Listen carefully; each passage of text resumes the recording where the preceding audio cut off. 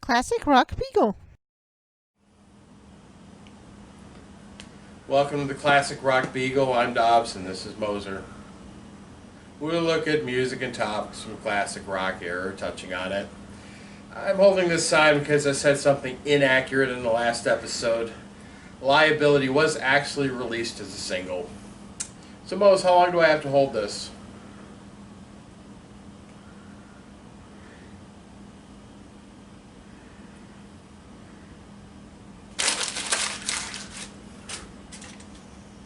We've been doing this for a couple of months now, and let's just take a minute to see where the CREB is in episode, I can't see it. Hold on a second.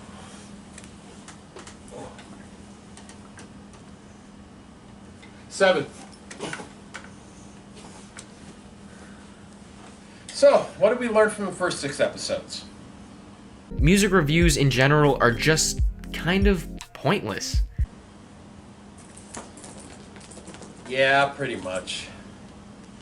While reviewing classic rock has been very rewarding, there's been quite a challenge as well. Nobody can block a video like a classic rocker. Hey! You! Get off of my lawn! Anyways, today we're going to do another album rank. This time, Steely Dan. What? How bad are they? If you do doubt your courage or your strength, come no further, for death awaits you all.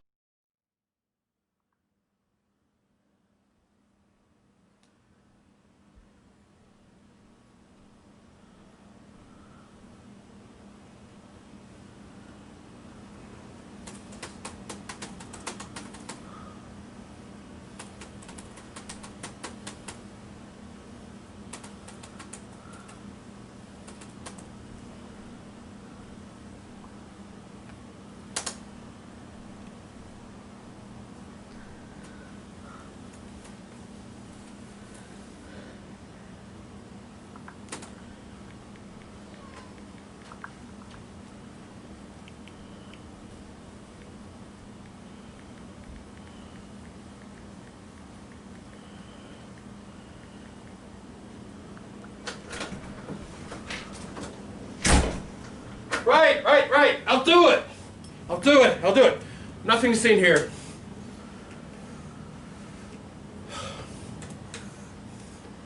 What do you mean? We live together. You don't have to worry about COVID. Right. Today's album rank is Steely Dan. Review their 9 officially released studio albums in order from worst to best, in my opinion, of course. No greatest hits compilations, no retrospectives box sets, no live albums or bootleg albums, no ratchet. So here are the 9 albums of Steely Dan ranked in order of quality, starting with my opinion, the 9th best album.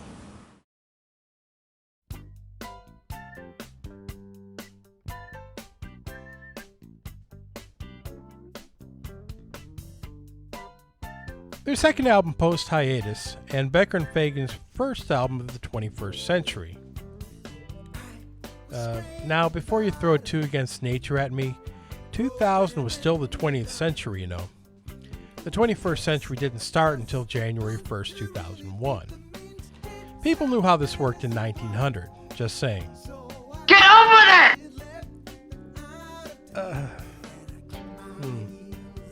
I just don't have a lot to say about Everything Must Go. It's going to be awful hard for me to fill 250 words on this. That's it, is it? Right. You know, I'm not counting Python toward. Their follow-up to Grammy-winning 2 Against Nature, Jay and Don went into the studio. Well, several studios actually. 4 to record, 1 to mix, 1 to master. The result was their final album, Everything Must Go. This album is the closest thing they had to a steady band since their debut in 1972. Other than horns and backing vocals, only 8 musicians worked on the album. The album felt so laid back, Walter Becker even had to turn on lead vocal for Slang of Ages. Laid back is a good description of the album. This doesn't play well into Steely Dan's strengths. It was precise, but not really tight. This was the only album where it sounds like they said, oh, okay, that's good enough. Stephen Erlewine of AllMusic writes, quote, there's less emphasis on production and the focus on the feel, often breathing as much as a live performance. It sounds cool to have Becker sing until you actually hear Becker sing. There are a few nice grooves, but not much else going for Everything Must Go.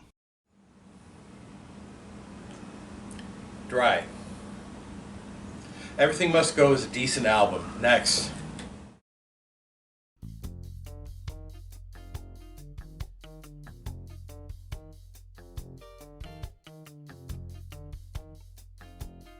When a band reunites after a long hiatus, there is some impetus to undo years or even decades of inertia. Sometimes it's a musical spark. Sometimes it's a rekindling of friendships. Often it's pecuniary adversity. With Steely Dan, it seemed to be, we have all this great music that we never performed live. Becker worked on Fagen's 1993 album, It Came This. And Fagen produced Becker's first solo album a year later. But as Steely Dan, they toured for 4 years before they went into the studio. The result was their critically acclaimed Two Against Nature, their first studio album in 20 years. In previous incarnations, Steely Dan was content to bring in top talent and pester them into bringing out their vision.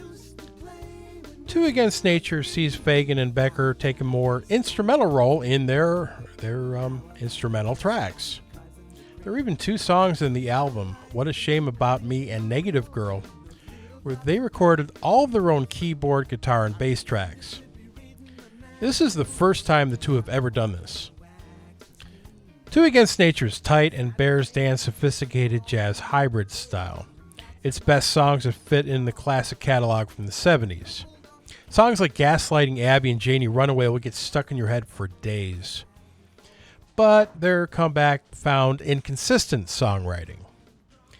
The title track is a golden example of a great vibe not being backed with strong writing. Two Against Nature needs a few listens to really appreciate it, but even so, it's right on the border between a good and a decent album. Next.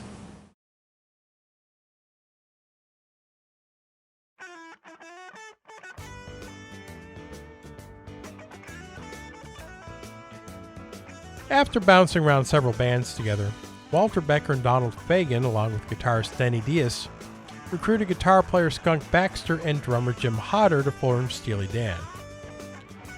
After an initial single, Dallas bombed, they recorded Can't Buy a Thrill and released it in November 1972. Vocalist Richard Palmer was added to the lineup after Donald Fagen expressed doubts about singing live. Their debut album hit the top 20 in the US, fueled by the hit singles, the Santana-esque song, and the Doobie Brothers-esque song. The guitar work by Denny Diaz and Skunk Baxter was remarkable, but we already see Becker and Fagen's penchant for using session musicians, with guitarist Elliot Randall providing the lead guitar for the songs Kings and Reelin' in the Years, the latter of which featured what Jimmy Page called his favorite guitar solo of all time.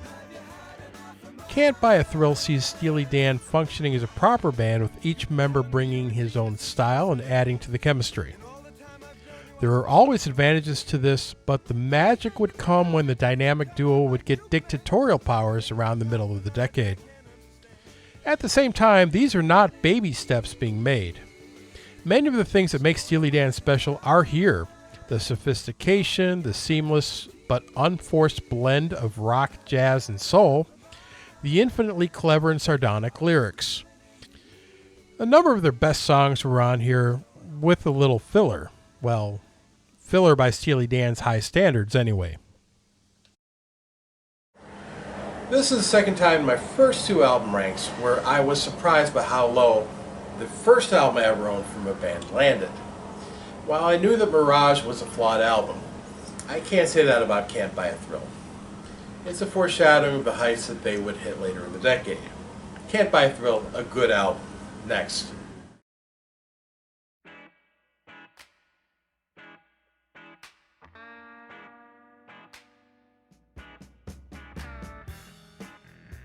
Steely Dan's second album, Countdown to Ecstasy, was a commercial disappointment. The five-member Steely Dan went into the studio in October 1973 to record the follow-up.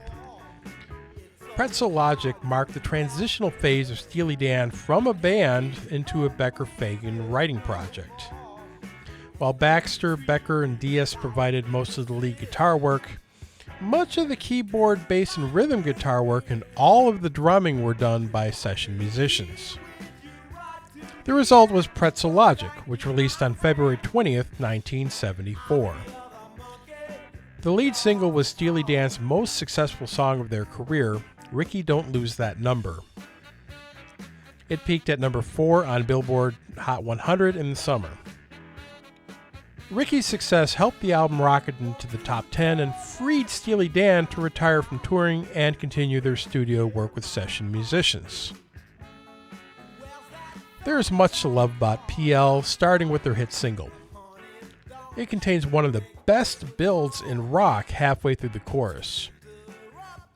I gave it a 9.5 as I was rating the songs. Catch Me on a Different Day and I might have judged it as a legendary song. The album was a bit uneven and actually contains the only song from the classic era I placed in the lame category. But there were more than enough highlights to make this a worthwhile listen. This also features the only cover song in their discography. The most predictable thing Steely Dan did in their entire career. They covered Duke Ellington. Pretzel Logic is a good album. Next.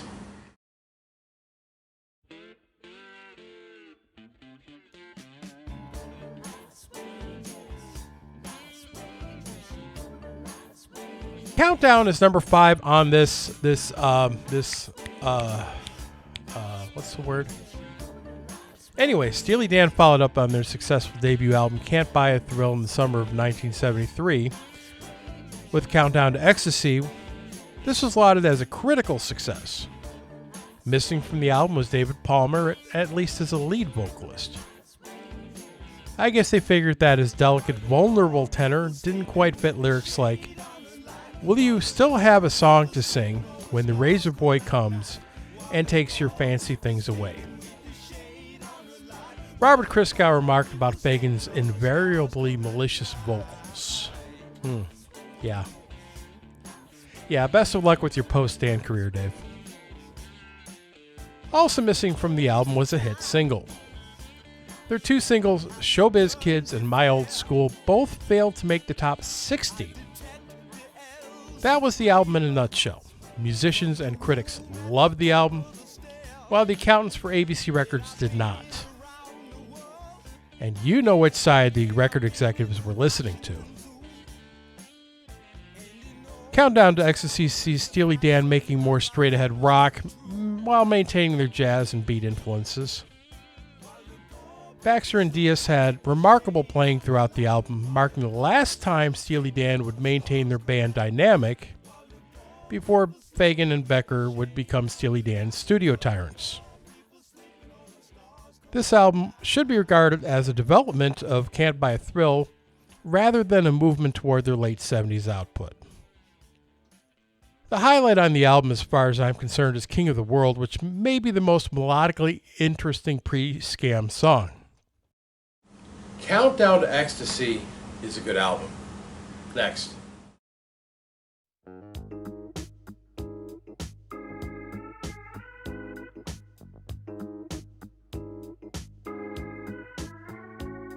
Asia was the last album before Gaucho, but not the last new material. Up to this point, Steely Dan had been going from height to height, culminating perhaps in the zenith of their powers in 1978, with the release of the title track of the soundtrack to the movie FM. Steely Dan had been a vehicle for the songwriting of Becker and Fagen from the beginning, abandoning all pretense of being a band by 1974. However, the Twin Pillars were feeling the effects of working 8 years mostly in the studio. Gaucho was a difficult recording. It took 2 years to record due to personal and professional strain on the working relationship of Becker and Fagen, partially fueled by Walter Becker's issues with substance abuse. There was also legal wrangling among Steely Dan, MCA Records, and Warner Records, and a 6-month-long recovery for Becker after being hit by a taxi during the sessions. This is not a fun time to be Steely Dan, is what I'm saying. The backing singers often take center stage, usually singing the chorus instead of Fagen. There were songs in which no member of Steely Dan played an instrument, namely Babylon Sisters and Third World Man. Gaucho also sees a shift from complexity to a groove-based sound, partially fueled by their use of drum sampling for the first time. Glamour Profession is as much disco as it is jazz. Gaucho is a great album. Next.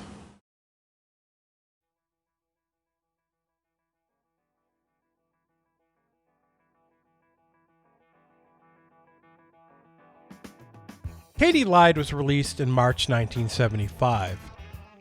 This album marks the end of the transition from Steely Dan the band to Steely Dan the studio creation. With the success of Ricky Don't Lose That Number the previous year, Steely Dan was now in a position to use the cream of LA studio musicians. The roster of musicians for Katie Lied included Michael O'Martian and David Paich on keyboards. On Africa, David Paich is the guy singing lead on it. Wilton Felder and Chuck Rainey on bass, Jeff Porcaro on drums, Michael McDonald on backing vocal, and a cast of thousands on guitar, including legends like Larry Carlton, Rick Derringer, and Denny Dias. Ironically, Katie Lied also marks the introduction of Walter Becker on lead guitar. A couple of reviews of Katie will help understand the album in context of the career of Steely Dan. Robert Sheffield wrote for Rolling Stone's album guide that Katie Lied was the conclusion of a trilogy of albums beginning with Countdown to Ecstasy that was, quote, a rock version of Chinatown, a film noir tour of LA's decadent losers, showbiz kids, and razor boys, end quote. Likewise, David Kaler wrote on AllMusic, quote, all the ingredients needed to produce Aja came together on Katie Lied. The jazzy songwriting, the densely textured backing vocals led by Michael McDonald, the masterful session players, the saxophone legend, etc. Song after song, Katie Lied delights with intelligent lyrics, strong melodic hooks, and sophisticated jazz-influenced arrangements, end quote. Based on these quotes, you can see Katie Lied is 1 foot in Countdown to Ecstasy and 1 foot in Aja. Some of the highlights. The endings of Dr. Wu has a tense energy that foreshadows the brilliant end of Aja. Any World picks up at the chorus and has an effective key change at the end. Katie Lied is a great album. Next.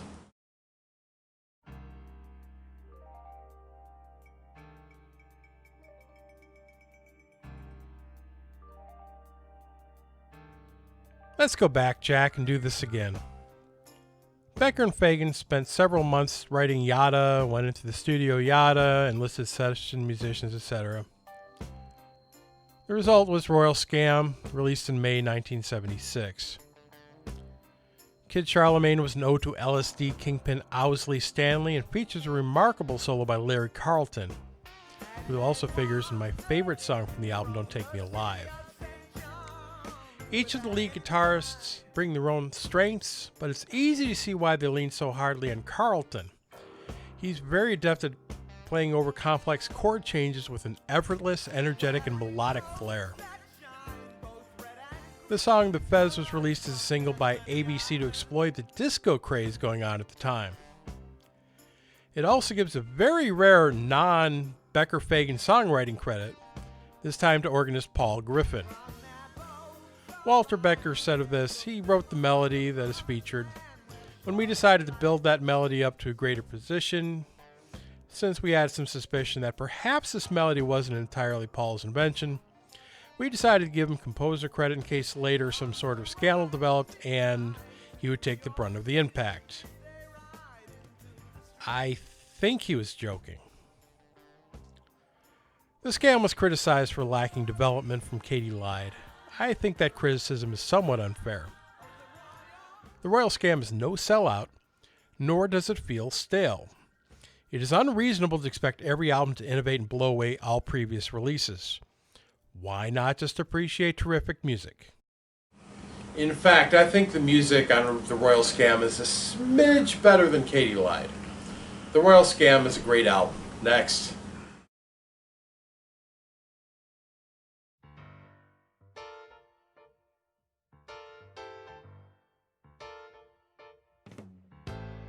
Steely Dan's sixth album, Asia, was released on September 23, 1977. This became their first platinum album, selling over 5 million copies overall.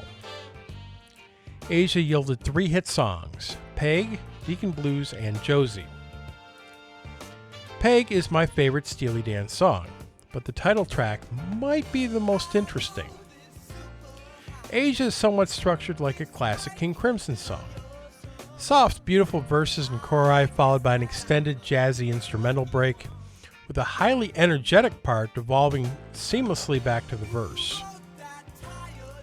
I cede the floor to the dozens of reviews that have praised the infinite skill that Wayne Shorter and Steve Gadd showed at the end of the song. Here's a fun fact. Did you know that Woody Herman, a jazz star from the 1930s, covered the song Asia? Give it a listen.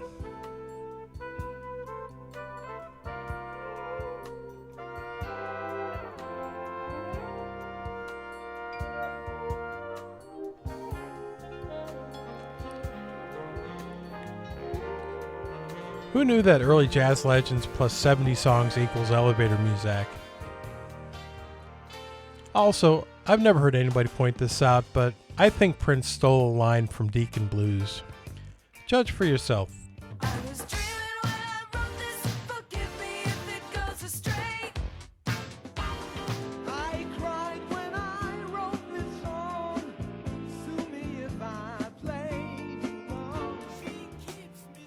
To me, of all the albums, Asia was the best mix of Becker and Fagen's 3 greatest influences, rock, jazz, and soul. And they added a bit of prog here and there as well. Asia was released just as punk was starting to make inroads to the American rock landscape. Rock and roll would look, feel, and most importantly sound much different by 1979. Gone also would be mercifully the ill-advised capitulation of rock to disco.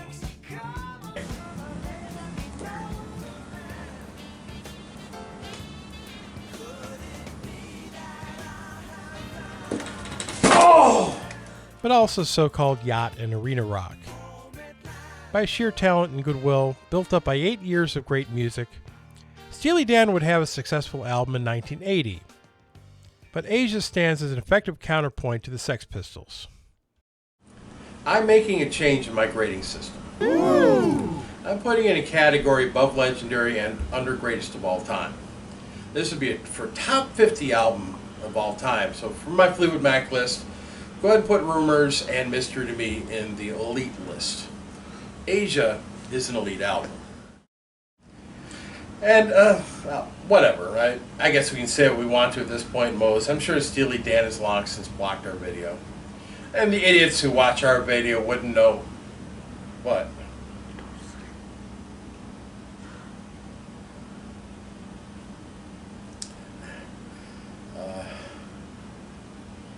Which one? You can tell me I'm a doctor. Just tell me the name of the band. What are some of their albums? Just a hint. Oh, you mean the Eagle?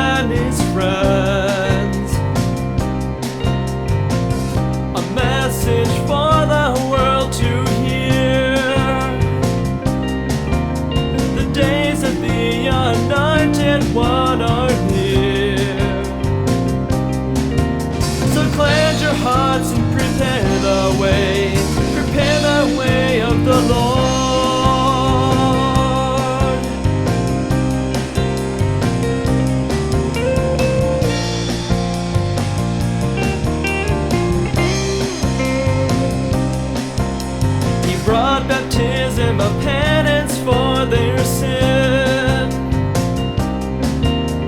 to prepare their souls for rebirth within. He emphasized that he was not the one. He pointed to another yet to come, who would baptize with water and spirit, prepare the way of the Lord.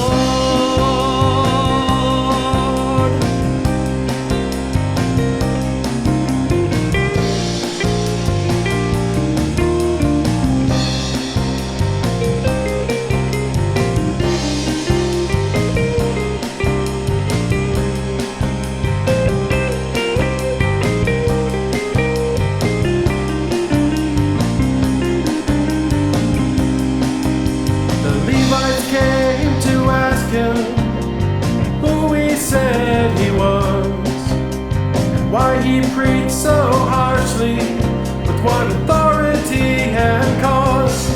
He said, I am not the Messiah, I am not Elijah returned, I am not called the prophet, why have you not learned? If you remain unrepentant, perdition will be your reward. Rend your hearts, not your garments. Prepare the way of the Lord. Sorry.